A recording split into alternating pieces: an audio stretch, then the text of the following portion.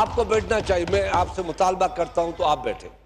मुझे जी आप बैठे, मैं आपसे मुतालबा मुझे करता हूं। थोड़ा वॉशरूम की भी कुछ जरूरत भी है, तो वॉशरूम में थोड़ा बाद में जाना। ये भी आप देख लेना, कोई जरूरत भी होती है। एनी हाउ मैं आपका चलाते हैं, इजलास चलाते हैं, 3 बजे तक चला लेंगे, 3 बजे तक चला लेंगे। जी जी प्लीज। मिस्टर स्पीकर, आप हमारा मुकाबला कर रहे हैं किन्स के साथ? नहीं, मैं चाहता हूं कहां राजा भोज, कहां गंगू तेली। रात और दिन ये का पता चल जाएगा ना डिस्कशन में क्या किस तरह। हम उजाले हैं, ये अंधेरे हैं।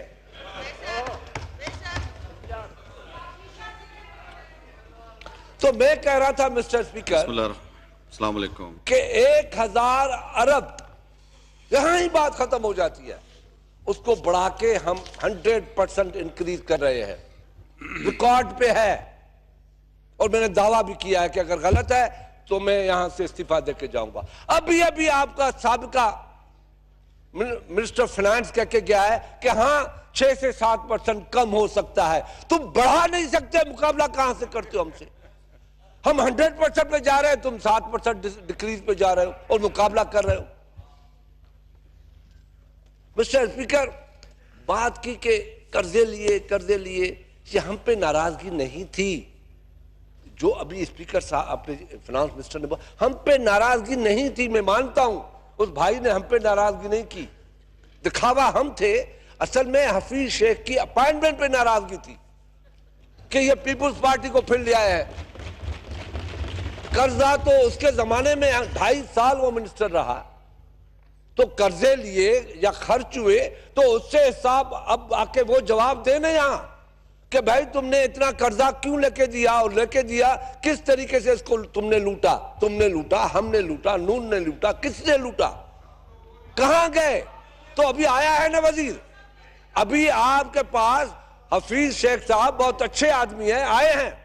अरे फिर भी हमारी जरूरत पड़ी आपको, फिर भी पीपल्स पार्टी के पास आए, खुदा के वास्ते बेहतर इकोनॉमी के लिए हफीज शेख को भेजो। तुम लोगों के पास तो वो भी नहीं है, तुम लोग तो वो जौहरी हो।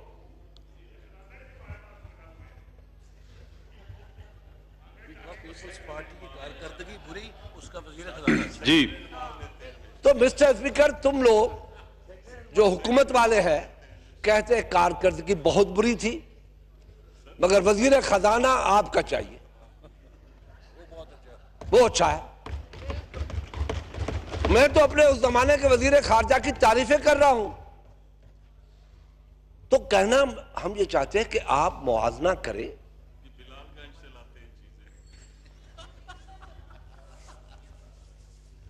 मिस्टर स्पीकर, ये चीज जो मुल्क की इकोनॉमी है, अगर मुल्क की इकोनॉमी अच्छी है तो लोगों की अगर हालात बेहतर हुए हैं मुल्क में तो आप कहें इकोनॉमी बहुत अच्छी है। मुल्क में लोग चीख रहे हैं, क्या आपने कारनामा क्या किया है, क्या रिलीफ दिया है?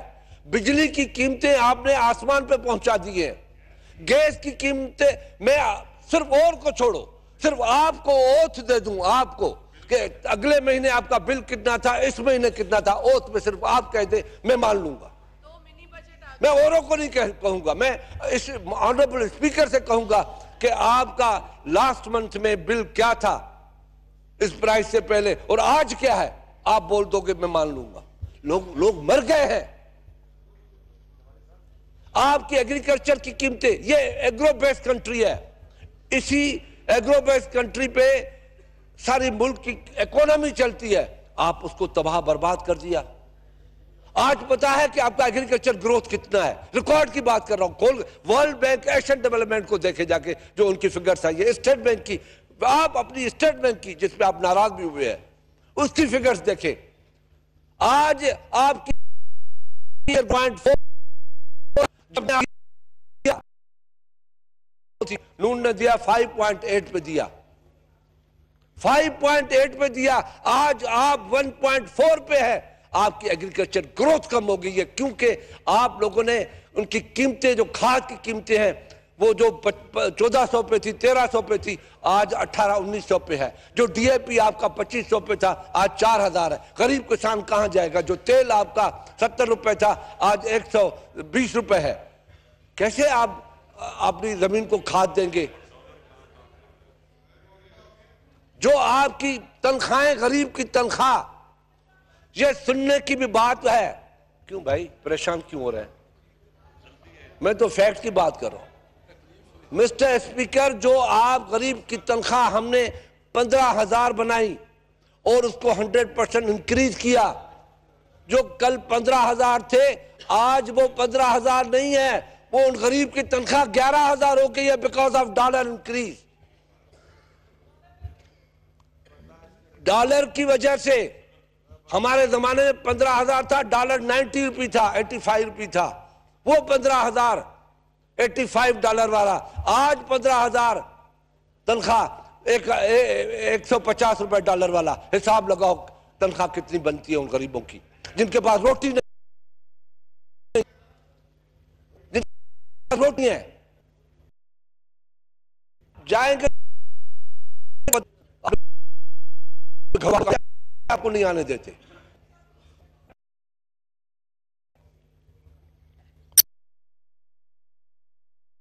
कि बिलावल भुट्टो की तकरीर में हुई और इंडिया क्या कहा फलाने जी।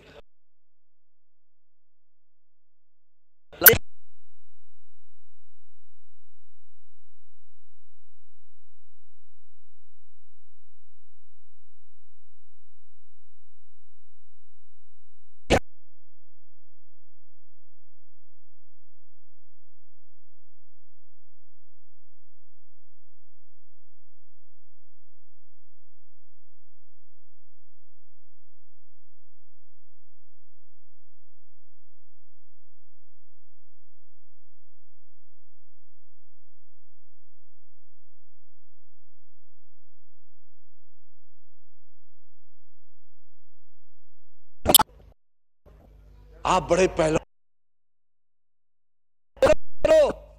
पाकिस्तान के ऑपोजिशन को, जिसने जब दुश्मन ने हमला किया तो हम यकजा होकर खड़े हो गए, और तुम दूसरे तरफ खुद कहते हो अरे खुदा को मानो, रहम करो, पाकिस्तानी हो तुम लोग, पाकिस्तानी हो, रहम करो। खुद कहते हो, एक मिनट, खुद कहते हो कि 6 मरतबा मोदी को फोन किया है, तो वो बात करने के लिए तैयार नहीं है।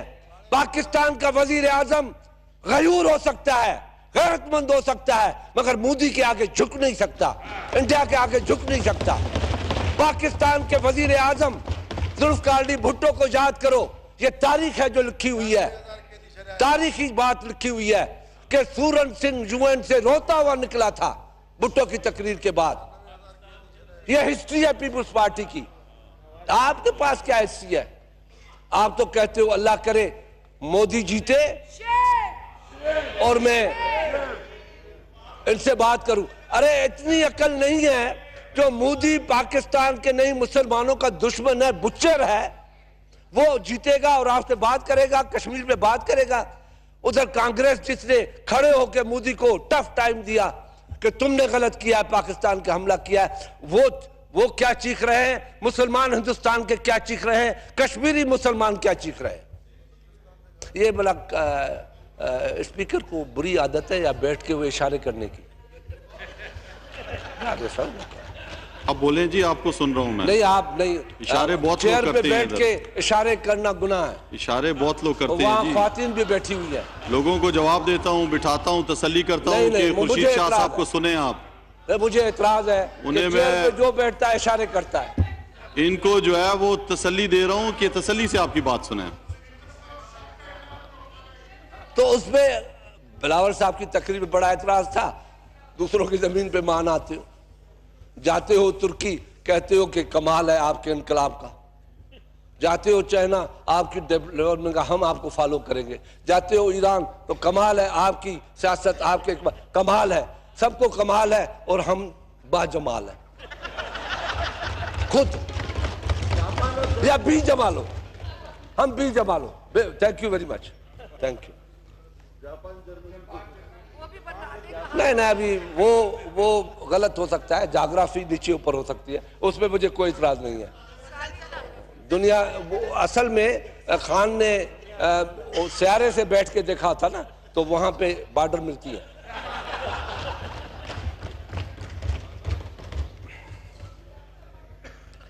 ये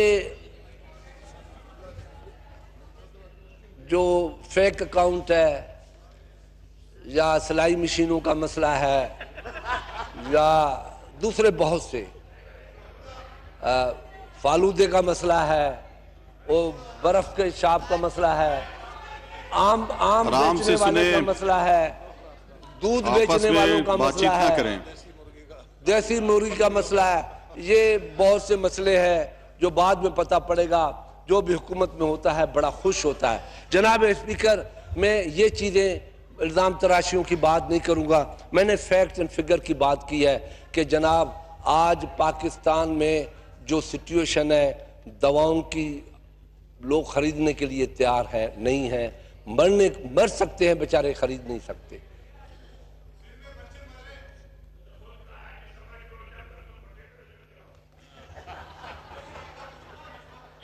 आपस में बातचीत ना करें। छोटी सोच है, छोटा जहन है, छोटी सोच है, उन गरीबों को खुश करना है। हाँ, उनको हम तो ये पीछे से भी बराए मेहरबानी आप लोग भी ना बोलें, जो तकरीर कर रहा है उसको मौका दें कि वो सुने। तमाम आपस में जो है मौका दें, अपनी जिसकी बारी आएगी उसके बाद बोले।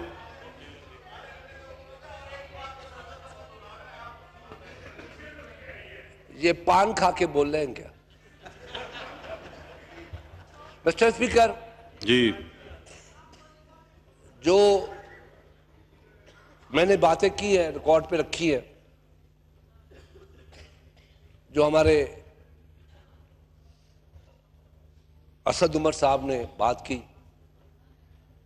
जो जिसको मजबूर होके भेजा गया, बेचारा आया, देख रहा था, बड़ा मजबूर था, और अभी अभी जैसे ही तकरीर ख़त्म की उसने कहा मैंने अपनी ड्यूटी निभा दी, गया।